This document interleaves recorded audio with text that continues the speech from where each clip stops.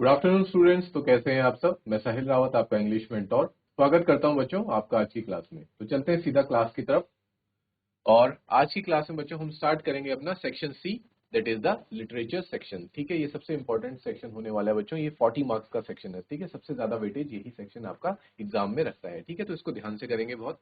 First question देखो बच्चों, क्या कह रहा है। Read the following extracts and answer the questions for any one of the given two A और बी। ठीक है, ए और बी में से आपके पास भी चॉइस वाले क्वेश्चंस आएंगे, लेकिन अभी हम क्योंकि हम तो प्रैक्टिस कर रहे हैं इसलिए we will do all the questions. ठीक है, हम सारे क्वेश्चंस करते हुए चलेंगे। लेकिन आपके एग्जाम में अगर चॉइस वाले क्वेश्चन आते हैं तो ध्यान से एक बार पढ़ें, दो दो क्वेश्चन ना करें। अगर ऑप्शन है तो एक ही क्वेश्चन को अटेम्प्ट करें। ठीक है, अपना दोनों क्वेश्चन करने में टाइम वेस्ट ना करें। तो इसलिए जो इंस्ट्रक्शन होती है उसको बच्चों शुरुआत में ध्यान से रीड किया कीजिए। ठीक है, इसमें क्या बोल रहा है कि आपको एक एक्सट्रैक्ट दे रखा है, सबसे पहले इस एक्सट्रैक्ट को रीड करो। ठीक है, और इस एक्सट्रैक्ट को रीड करके जो इसके बाद क्वेश्चंस आएंगे उनको आपको सॉल्व करना होगा। और ये एक्सट्रैक्ट जो होगा बच्चों, ये कोई अनसीन नहीं होगा, अनसीन एक्सट्रैक्ट नहीं होगा। क्योंकि जैसे हमने रीडिंग पोर्शन में किया था, हमारे पास क्या आ रहे थे, अनसीन आ रहे थे, जो हमने आज से पहले नहीं पढ़े। लेकिन जो ये एक्सट्रैक्ट्स आएंगे, भले ही वो पोएम का एक्सट्रैक्ट हो या फिर किसी स्टोरी का एक्सट्रैक्ट हो, कोई पैसेज हो, वो हमारे क्या होंगे बच्चों, टेक्स्ट बुक में से होने वाले हैं।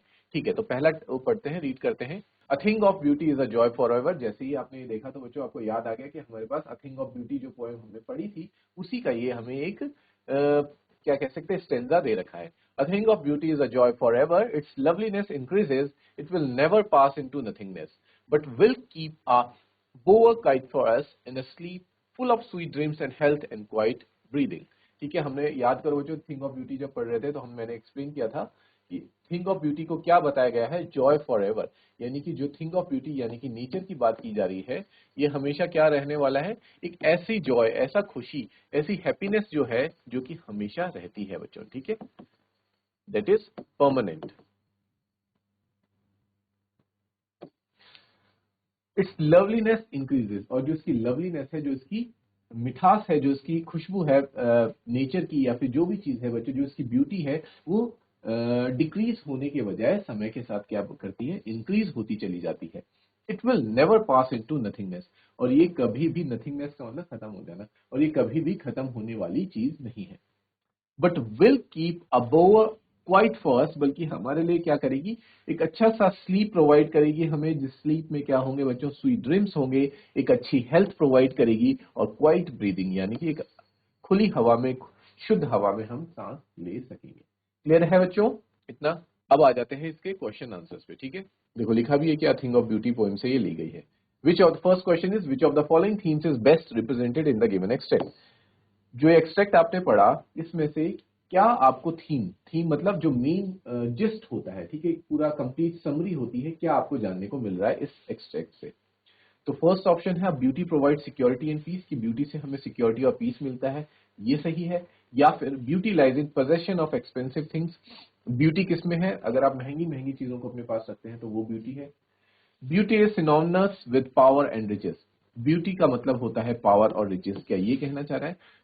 या beauty lies in are rich heritage and palaces and temples, या फिर ब्यूटी जो है वो किसमें होती है, जो हमारे पास रिच हेरिटेज है, जो हमारी धरोहर है उसमें, बड़े बड़े महलों में या फिर बड़े बड़े मंदिरों में होती है ब्यूटी। ठीक है बच्चों, तो इसका जो हमें थीम समझ आया वो ये था कि ब्यूटी हमें क्या प्रोवाइड करती है बच्चों, सिक्योरिटी प्रोवाइड करती है और पीस प्रोवाइड करती है। This will be the best answer, best suitable answer, या best suitable theme for the following extract. क्यों, क्योंकि देखो पीस की बात हो रही है, जहां हमें हेल्थ मिलेगा, हेल्थ भी तो एक तरह की सिक्योरिटी है ना बच्चों, कि अगर जहां हमें अच्छा स्वास्थ्य मिल रहा है तो हमारी सिक्योरिटी, हम वहां सेफ फील कर रहे हैं, सिक्योर फील कर रहे हैं एक अच्छे स्वास्थ्य के साथ। दूसरा, अगर अच्छा स्वास्थ्य होगा, हमें अच्छे अच्छे सपने आएंगे, क्वाइट ब्रीदिंग, एक अच्छी सांस लेने के लिए हमें जगह होगी, तो उससे हमें क्या मिलेगा, पीस, मन की शांति ही हमें प्रोवाइड होगी। ठीक है बच्चों, तो best theme will be first option. अगला क्वेश्चन देखते हैं स्टूडेंट्स।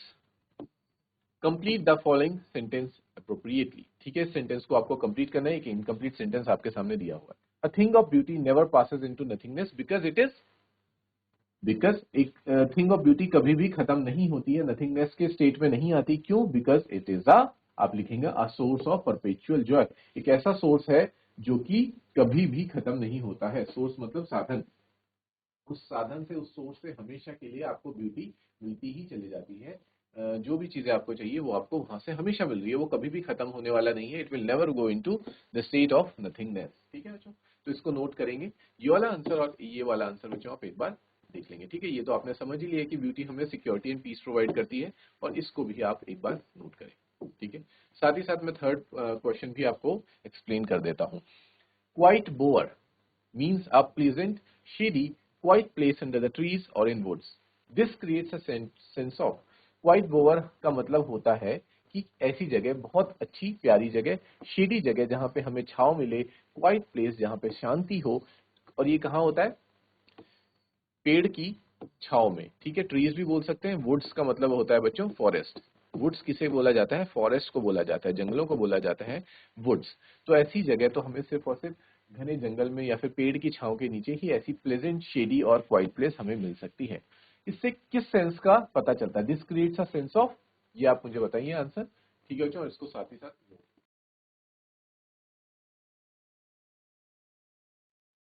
ओके स्टूडेंट्स, तो इसका आंसर होगा this creates a sense of tranquillity. Tranquillity का मतलब होता है कामनेस। ठीक है, शांति, वही हो जाएगा चीज।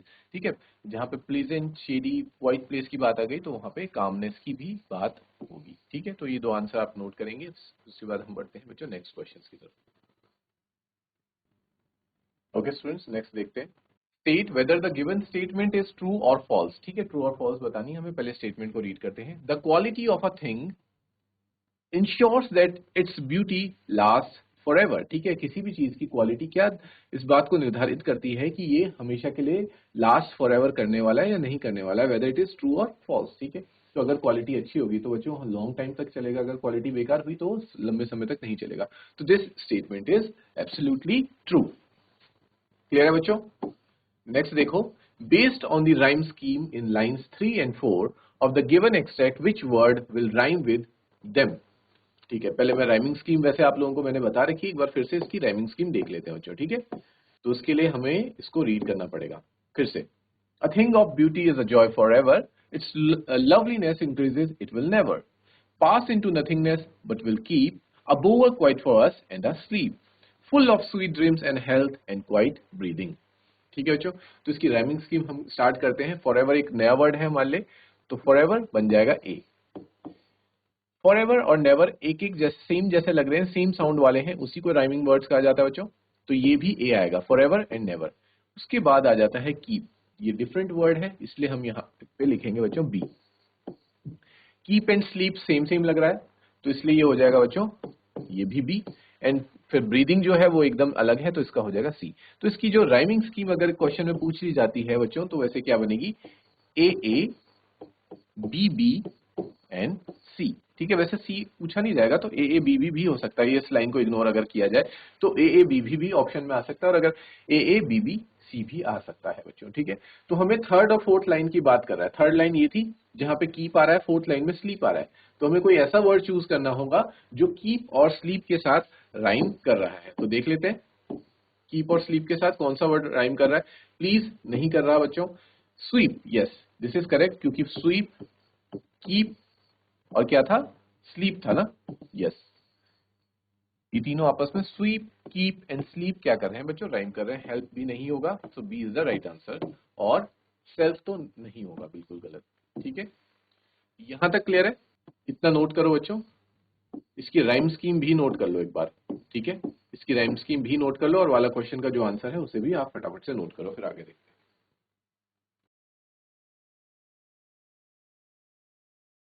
ओके स्टूडेंट्स, आगे देखते हैं। नेक्स्ट क्वेश्चन आ जाता है बच्चों आपके पास। The use of the word health in the extract suggest that beautiful things will give us a happier and more wholesome life. ठीक है, हमारे जो एक्सट्रैक्ट में हेल्थ वर्ड यूज किया गया था। ठीक है, हेल्थ वर्ड का यूज कहाँ हो रहा है एक बार देख लेते हैं फटाफट से। हेल्थ वर्ड का यूज देखो यहाँ पे हुआ है बच्चों, a bower quiet for us and a sleep full of sweet dreams। ठीक है, अगर हमें पेड़ की अच्छी सी छांव मिल जाती है और एक ऐसी गहरी नींद मिल जाती है जिसमें हम क्या देखते हैं? अच्छे अच्छे सपने देखते हैं, तो उससे हमें क्या होगा बच्चों? वो हमारी हेल्थ को और हमारी ब्रीदिंग को क्या करेगा? बूस्ट करेगा। तो यहाँ पे हेल्थ की बात हो रही है। हाँ, तो उसी हेल्थ के रिगार्डिंग ये पूछ रहा है हमसे कि द हेल्थ वर्ड का जो यूज हुआ है सजेस्ट दैट, वो ये सजेस्ट करता है कि ब्यूटीफुल थिंग्स जो अच्छी अच्छी चीजें हैं, थिंग ऑफ ब्यूटीज हैं will give us a happier and more wholesome life. उस वो हमें क्या देती हैं? हैप्पियर, एक अच्छी जिंदगी और एक होलसम लाइफ हमें प्रोवाइड करती हैं। It creates a powerful image of, और ये बात किस चीज की इमेज को दर्शाती है, किस बात को क्रिएट करती है? तो इसमें है ऑप्शंस बच्चों, रिजुविनेशन या फिर अटैचमेंट, लॉन्ग लाइफ या फिर इटर्निटी। तो बच्चों रिजुविनेशन का मतलब होता है, आप एक तरह से समझिए कि फिर से अगर कोई आपको अपना जो यूथ है, ठीक है, जो आपका यूथ यानी कि जवानी है वो वापस से लौटा दे, ठीक है।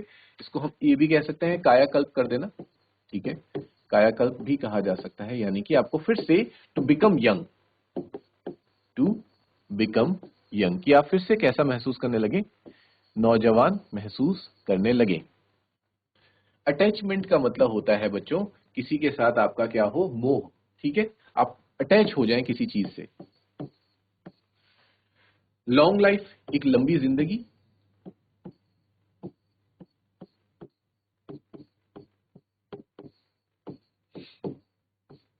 एटर्निटी होता है बच्चों हमेशा के लिए, एटर्नल, ठीक है, सदा के लिए, सदाबहार भी कह सकते हैं उसे।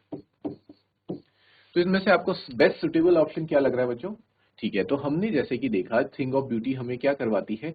फिर से रिन्यू कर देती है, रिजुवनेट कर देती है, फिर से क्या कर देती है? पहले जैसा जो हमारे अंदर एंथुजियाज्म होता है, हैप्पीनेस होता है, उसको क्रिएट करती है। तो सबसे बेस्ट ऑप्शन बच्चों इसका यही होगा, रिजुवनेशन से ही हम उसको क्या करेंगे? पावरफुल इमेज रिजुवनेशन की आती है, यानी कि कायाकल्प हो जाती है थिंग ऑफ ब्यूटी के वजह से। ठीक है बच्चों, बाकी ऑप्शंस भी ठीक है, वैसे मोह अटैचमेंट उतना सही नहीं है। लॉन्ग लाइफ हो सकता है, इटर्निटी भी हो सकती है, बट ये उतनी ज्यादा सुटेबल नहीं है जितना कि रेज्यूवनेशन है। तो इस हमारा करेक्ट आंसर होगा बच्चों रेज्यूवनेशन। ठीक है, अब चलते हैं बच्चों नेक्स्ट एक्सट्रैक्ट की तरफ। देखो ये आपके पास ऑप्शन था, ठीक, आपको शुरू में ही बोला गया था आपके पास ऑप्शन है ए करिए या फिर बी करिए। हमने एग्जाम में अगर ऐसा आता है तो आपको जो एक्सट्रैक्ट अच्छे से समझ आता है, मान लीजिए आपने आंट जेनिफर्स टाइगर्स जो पोएम है उसको अच्छे से पढ़ रखा है तो आप ये अटेम्प्ट करेंगे। अगर आपने अ थिंग ऑफ ब्यूटी को अच्छे से पढ़ रखा है, उसके क्वेश्चन आंसर्स अच्छे से करें तो आप थिंग ऑफ ब्यूटी वाला अटेम्प्ट करेंगे। ठीक है, एग्जाम में आपको ये स्ट्रेटेजी फॉलो करनी है। बट अभी क्योंकि हम डिस्कस कर ही रहे हैं तो हम तो सारे क्वेश्चन डिस्कस करते हुए चलेंगे, तो हम बी पार्ट भी देख रहे हैं। ठीक है, तो चलते हैं इसका स्टैंजा रीड करते हैं। Aunt Jennifer's tigers prance across a screen. हमने जब आंट जेनिफर पोएम पढ़ी थी हमने देखा था बच्चों की आंट जेनिफर जो कि एक बहुत ही सताई हुई लेडी है जिनको उनके हस्बैंड ने बहुत ज्यादा क्या किया है बच्चों? ऑप्रेस किया है life long. She has been oppressed by her husband, she has faced a lot of cruelties in her life. उन्होंने बहुत स्ट्रगल्स और क्रुएल्टीज अपनी लाइफ में फेस करी है। ठीक, फिर वो क्या करती हैं, जिस तरह का उनका नेचर होता है वो उससे विपरीत एकदम ऑपोजिट टाइगर्स को बनाती हैं। वो कैसी होती हैं? She is kind of fearful, वो डरी रहती हैं, डरपोक सी हैं, लेकिन वो जो टाइगर्स बनाती हैं अपने, जो भी आपने देखा था वो ड्राइंग कर रही होती हैं निडल और एक थ्रेड के थ्रू, एक शीट पे ड्राइंग कर रही होती हैं, उस पे वो टाइगर्स बना रही हैं। और वो टाइगर्स उनसे बिल्कुल they are opposite to her character, वो उनके कैरेक्टर से बिल्कुल मेल नहीं खाते, बिल्कुल ऑपोजिट हैं। वो कैसे हैं? They are very confident and fierce, वो किसी से भी नहीं डरते हैं। ठीक है, खासकर यहाँ पे बात हो रही है मेंस की। ठीक है, तो आदमियों से नहीं डरते हैं। And they are prancing across a screen, यानी कि वो इधर उधर उछल कूद कर रहे हैं जैसे कि बिल्कुल वो फियरलेस होंगे।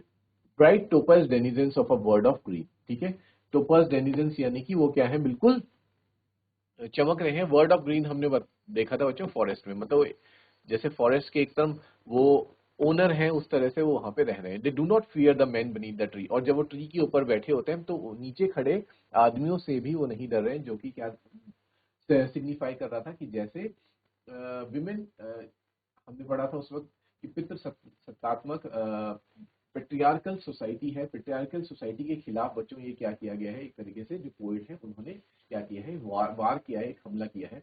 जो पेट्रियार्कल सोसाइटी है जहाँ पे क्या हुआ जाता है बच्चों? विमेन को क्या किया जाता है? ऑप्रेस किया जाता है, दबाया जाता है। ठीक है, उनको उनके राइट्स नहीं मिलते हैं। तो उसको डिफेंड करने के लिए उन्होंने ये बोला है कि वो जो टाइगर्स हैं वो मेन से, इन आदमियों से नहीं डरते हैं। The pace in sleek chivalric certainty. ठीक है, शिवलरिक क्या है बच्चों? सर्टेनिटी, यानी कि वो पूरी तरह से क्या रहते हैं? कॉन्फिडेंट रहते हैं। ठीक, तो अब ये हमारा एक्सट्रैक्ट हो गया बच्चों। अब इससे रिगार्डिंग हम क्वेश्चन को डिस्कस करेंगे। ठीक है, यहां तक क्लियर है ये extract?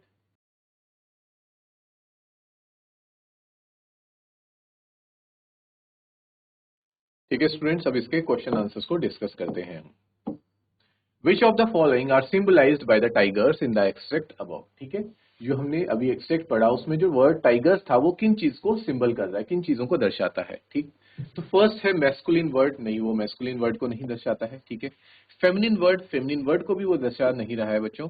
Word of bold fearless creatures, हाँ ये करेक्ट हो सकता है, क्योंकि जैसे जो हमारी ऑथर थी या फिर आंट जेनिफर थी, वो क्या थी, वो बहुत ज्यादा डरपोक थी और डरी डरी रहती थी, डरी और सहमी रहती थी, किससे, अपने हस्बैंड से, या फिर बोल सकते हैं कि वो रिप्रेजेंट कर रही हैं विमेंस को, बहुत सी विमेंस, सेक्शन ऑफ वुमेन्स को जो कि मर्दों से डरी हुई रहती हैं, उनसे उनके द्वारा सताई हुई रहती हैं, ठीक है।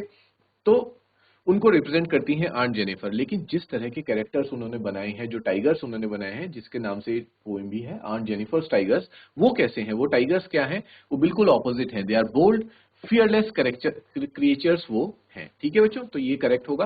और वर्ड ऑफ ब्यूटीफुल हैंडीक्राफ्ट्स, और साथ ही साथ वो ये भी रिप्रेजेंट कर रहे हैं कि आंट जेनिफर बहुत ही ज्यादा टैलेंटेड लेडी है, ठीक है, लेकिन उनके टैलेंट को आज तक क्या नहीं मिला है, रिकॉग्निशन नहीं मिला है। अंकल ने उनके जो उनका टैलेंट था उसको कभी भी आगे आने नहीं दिया, ठीक है।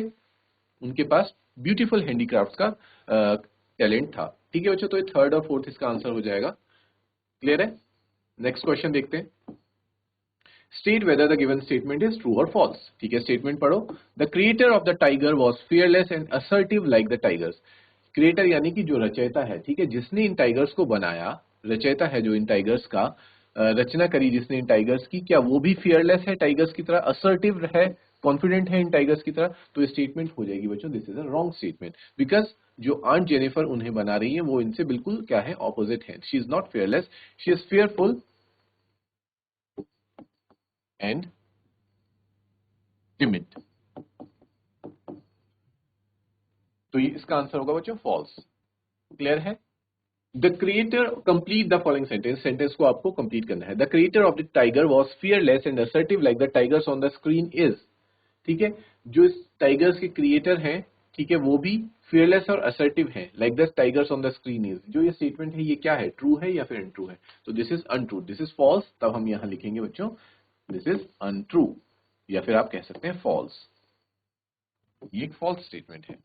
नेक्स्ट क्वेश्चन आ जाता है, tigers do not fear the man beneath the tree. Tigers जो ट्री पे बैठे हैं वो नीचे खड़े आदमियों से नहीं डरते, क्योंकि वो क्या है, दे आर टीम्ड, उनको ट्रेनिंग दी गई है, क्योंकि वो केज में है, पिंजरे में है इसलिए, या फिर वो फियरलेस हैं, वो डरते नहीं है, या फिर एक किंग ऑफ द जंगल है। तो इसका आंसर होगा बच्चों दे आर फियरलेस, क्योंकि ऑथर जो है या फिर आंट जेनिफर जो है उन्होंने उन क्रिएट ही क्या किए हैं, एक फियरलेस टाइगर्स क्रिएट कर रहे हैं, ठीक है। Based on the poems rhyme scheme evident in line 1 which of the following will rhyme, ठीक है। तो उसके लिए फिर हमें राइमिंग स्कीम में जाना पड़ेगा बच्चों फिर से, ठीक है। इसका राइमिंग देख लेते हैं एक बार। क्या आ रहा है, स्क्रीन ग्रीन, तो हम बोल सकते हैं ए, देन ट्री, ये बी हो जाता है, और ये फिर सर्टेनिटी अलग है सी। तो इसकी राइम स्कीम हो गई बच्चों ए बी एंड सी, ठीक है। और हमें फर्स्ट और सेकंड से कंपेयर करने के लिए बोला गया है, फर्स्ट और सेकंड लाइन से, जहां पे ग्रीन और स्क्रीन बन रहा है, ठीक है। तो देख लेते हैं कि उससे कौन राइम कर रहे हैं, कौन कौन से वर्ड्स हैं जो ग्रीन और स्क्रीन से राइम करते हैं।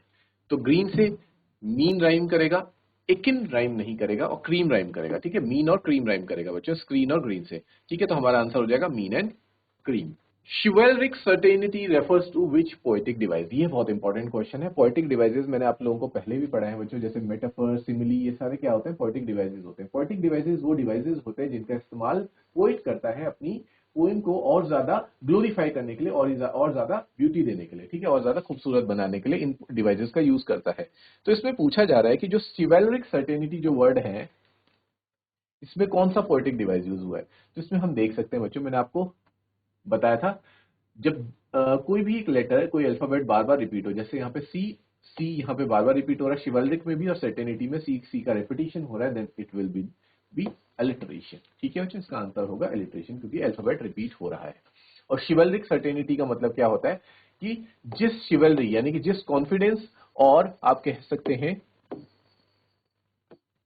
बोल्डनेस के साथ टाइगर्स क्या कर रहे हैं, वॉक कर रहे हैं जंगल में, जैसे कि कोई राजा अपने साम्राज्य में वॉक करता है, उस तरीके से टाइगर्स शिवलरिक सर्टेनिटी के साथ वॉक कर रहे हैं, एक कॉन्फिडेंस के साथ। क्लियर बच्चों।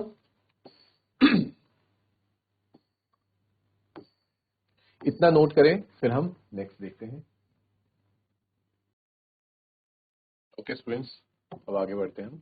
नेक्स्ट क्वेश्चन आ रहा है आपके पास, read the following extracts and answer the questions for any one of the given two. ठीक है, इसमें भी आपको दो ऑप्शन मिलेंगे।